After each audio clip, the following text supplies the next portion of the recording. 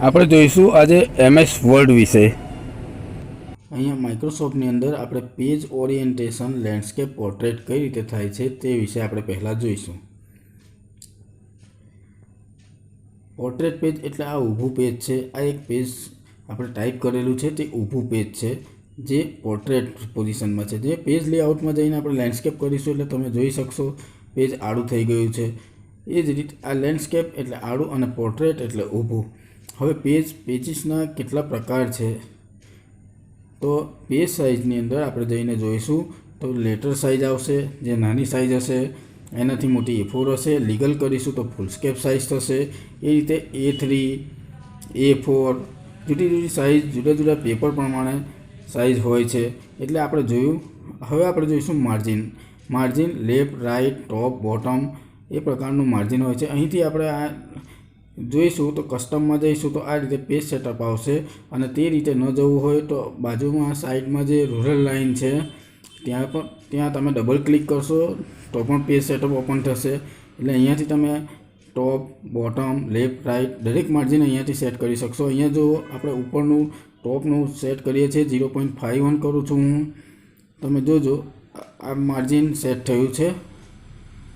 એ જ રીતે આપણે બોટમનું જોવાનું છે। આ ટોપ પર આપણે વધારીને જોઈશું તો અત્યારે જોજો આપણું હેડિંગ નીચે આવી ગયું છે। 4 સેન્ટીમીટર કર્યું તો 4 સેન્ટીમીટર નીચે આવી ગયું છે। એટલે ટોપનું આ રીતે માર્જિન સેટ થાય છે। એ જ રીતે લેફ્ટનું થાય છે, રાઇટનું થાય છે।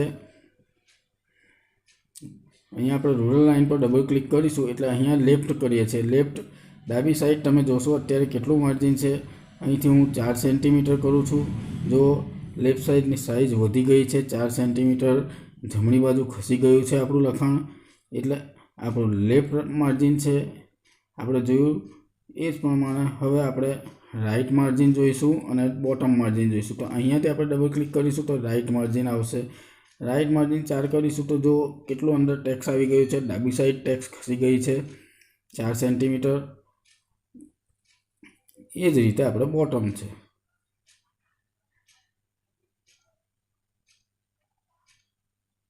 બોટમ આપણે 0 કરીશું। નીચે જોજો બોટમ 0 થઈ ગઈ છે। એટલે આપણે આ પ્રમાણે પેજનું માર્જિન વર્ડની અંદર સેટ કરી શકીશું। રૂલર લાઇન પર તમે ડબલ ક્લિક કરો અથવા ઇન્સર્ટમાં પેજમાં જઈ અને તેની અંદર પેજ સેટઅપથી પણ તમે આ કામ કરી શકો છો। એટલે માર્જિન એ ખૂબ જ અગત્યનું છે। તમારે પ્રિન્ટ પેજ પર ક્યાં કાઢવી છે તેનું માર્જિન આખું સેટ કરવું પડે છે। એટલે પેજ માર્જિન એક ખૂબ જ અગત્યનો મુદ્દો છે। હવે આપણે ઇન્સર્ટ, હેડર અને ફૂટર કઈ રીતે આપણે નાખી શકીએ પેજની ઉપર। આપણે ઘણા બધા પેજીસ ટાઈપ કરવાના હોય તો દરેક પેજ પર હેડિંગ આપણે ઓટોમેટિક આવી જાય એટલા માટે આપણે એને હેડર, અને એવી જ રીતે પેજની નીચે કંઈક લખાણ આવી જાય એને ફૂટર કહે છે।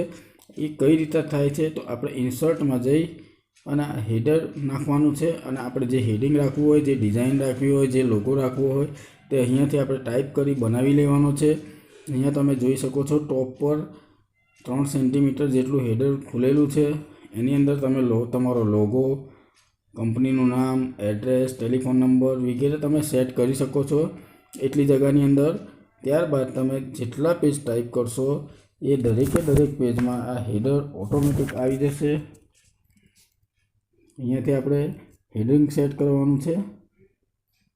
ગમે તેટલા પેજ ટાઈપ કરશો અહીંયાથી કન્ટિન્યુ કરશો તો આ હેડર ઓટોમેટિક આવી જશે અને સેમ પોઝિશનમાં આવશે। એટલે તમારે એને કોપી પેસ્ટ કે ફરીથી એને ફોર્મેટિંગ કરવાની જરૂર નહીં રહે। એટલા માટે હેડર ખૂબ જ અગત્યનું છે। આ એક હેડર આપણે ટાઈપ કર્યું છે। અહીંયાથી જોજો હું ઓટોમેટિક નેક્સ્ટ પેજ પર જાઉં છું, ઓટોમેટિક હેડર આવી ગયું છે। એ રીતે જેટલા પેજ આપણે નીચે જઈશું, જેટલા ટાઈપ કરીશું ઓટોમેટિક હેડર જે છે તે આવતું જશે। એ જ રીતે સેમ પોઝિશનમાં ફૂટર છે। અહીંયા આપણે જોઈશું તો ઇન્સર્ટમાં જઈ અને ફૂટર સિલેક્ટ કરીશું, જમણી બાજુ આવીશું, હેડરની નીચે ફૂટર છે। તો ફૂટર અલગ અલગ પ્રકારના હોય છે, તમે અહીંયાથી સ્ક્રીન પર જોઈ શકો છો। અલગ અલગ રીતે ફૂટર લખવામાં આવે છે, જ્યાં નોટ કરવામાં આવે છે, ક્યાં પેજ નંબર લખવામાં આવે છે, કોઈક જગ્યાએ તારીખ લખવામાં આવે છે। એ પ્રમાણે જુદી જુદી સ્ટાઇલના ફૂટર્સ હોય છે તે તમે તમારી જરૂરિયાત પ્રમાણે સેટ કરી શકો છો। અહીંયા મેં ઉદાહરણ રૂપે માત્ર પેજ નંબર હું સિલેક્ટ કરીશ। મારે માત્ર પેજ નંબર જોઈએ છે। એટલે આ તમે જોશો તો અહીંયાથી ફૂટરના પ્રકાર છે, જુદી જુદી પ્રકારના, જુદી જુદી સાઇઝના. અહીંયાથી તમે જોશો તો જમણી બાજુ મારો ફૂટરમાં પેજ નંબર આવી ગયો છે. હું જેટલા પેજ ટાઈપ કરતો ચાલીશ એટલી વખતે ફૂટર એટલે ઠેઠ નીચે તમે જમણી બાજુ જોશો તો તમને પેજ નંબર જોવા મળશે. એટલે આ મારું ફૂટર તૈયાર થઈ ગયું છે. આ રીતે ફૂટર ખૂબ જ મહત્ત્વનો ભાગ છે ટાઈપિંગની અંદર, જે આપણે જોયું. હવે આપણે જોઈશું font size, highlighting, fonts colour, text effect, એના વિશે આપણે જોઈશું. અહીંયા મેં એક પેજ ટાઈપ કરીને રાખેલું છે ઓલરેડી પહેલાંથી. તે પેજ ઉપર જઈશ. અહીંયાથી મારે સાઇઝ વધારવી હશે તો હું સિલેક્ટ કરીશ, એને કંટ્રોલ શિફ્ટ ગ્રેટર ધેન અથવા તો આ સાઇઝની અંદર જઈ અને એ સાઇઝને હું મોટી કરીશ તો તમે જોશો કે આ ફોન્ટની સાઇઝ વધી જાય છે. અહીંયાથી કલર સેટ થાય છે.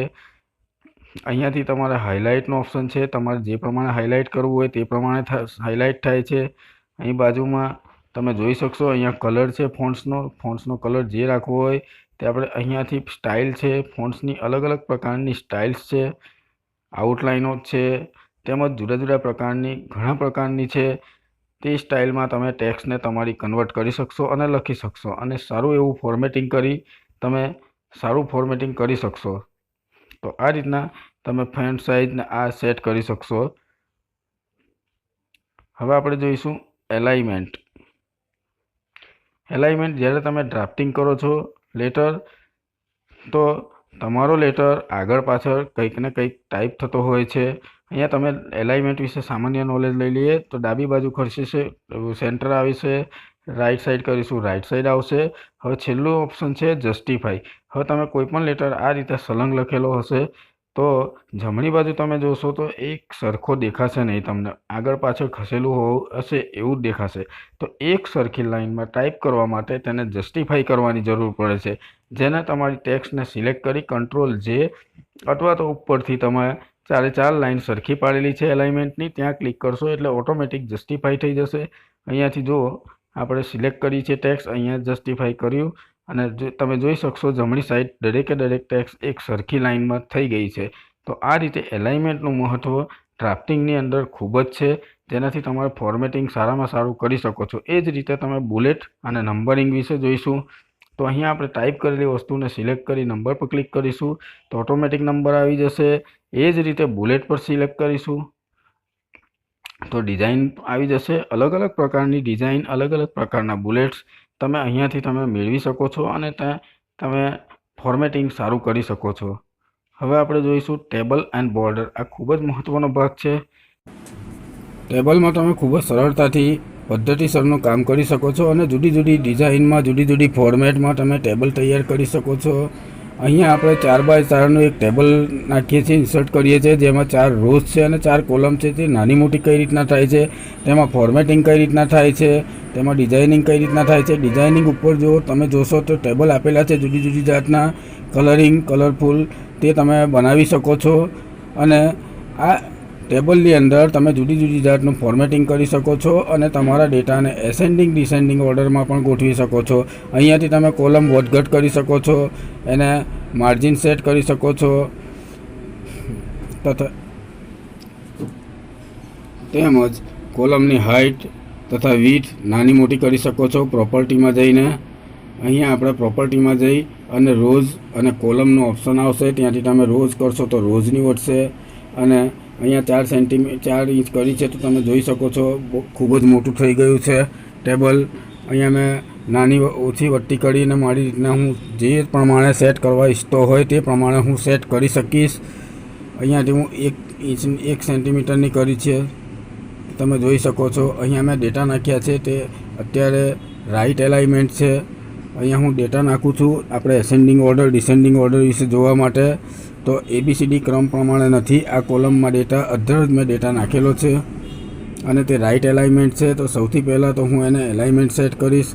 એલાઇનમેન્ટમાં હોમ પર જઈ અને એલાઇનમેન્ટમાં જઈને તે પણ કરી શકીશ. ઉપર તમે જોશો આ ટેબલનું કલર મેં સિલેક્ટ કર્યું છે તો આ કલરફુલ ટેબલ તૈયાર થઈ ગયું છે.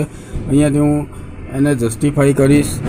જસ્ટિફાઈ કરવા માટે કંટ્રોલ L આપી હું 1 by 1 આ જે ડેટા છે તેને લેફ્ટ સાઈડ લઈ લઈશ. 1 by 1 control L, control L, control L, control L. એ પ્રમાણે હું બધો ડેટા લેફ્ટ સાઈડમાં લઈ લઈશ અને ત્યારબાદ જે કોલમમાં મારે એસેન્ડિંગ ડિસેન્ડિંગ ઓર્ડર સિલેક્ટ કરવાનું છે, એસેન્ડિંગ ઓર્ડર કરવાનું છે, તે કોલમને સિલેક્ટ કરી અને ઉપર જઈ અહીંયાથી હું એસેન્ડિંગ ઓર્ડર સિલેક્ટ કરીશ. એટલે મારી જે પહેલી કોલમ માત્ર મેં સિલેક્ટ કરી છે, તો માત્ર કોલમ 1ની અંદર જ મારો જે ડેટા છે તે એસેન્ડિંગ ઓર્ડરમાં ગોઠવાઈ જશે અને ગોઠવાઈ ગયો છે તે તમે જોઈ શકો છો. આ જ રીતે બીજી કોલમને હું એસેન્ડિંગ ઓર્ડર કરીશ. એ રીતે પર્ટિક્યુલરમાં ત્રીજી કોલમમાં જે ત્રીજી કરીશ. એ રીતે તમે ધારો તે રીતે તમે એને એસેન્ડિંગ ઓર્ડર તથા એનાથી ઉલટું ડિસેન્ડિંગ ઓર્ડર Z to Aમાં પણ તમે કન્વર્ટ કરી શકો છો. જો અમારા આ વિડીયોનું કન્ટેન્ટ તમને પસંદ આવે તો લાઈક કરો અને વિડીયોને સબસ્ક્રાઈબ કરો, તેમજ જમણી બાજુ બેલ બટન પર ક્લિક કરવાનું ન ભૂલો, જેથી તમને આવનાર નવા વિડીયોનું નોટિફિકેશન જલ્દીથી તમને મળી જાય.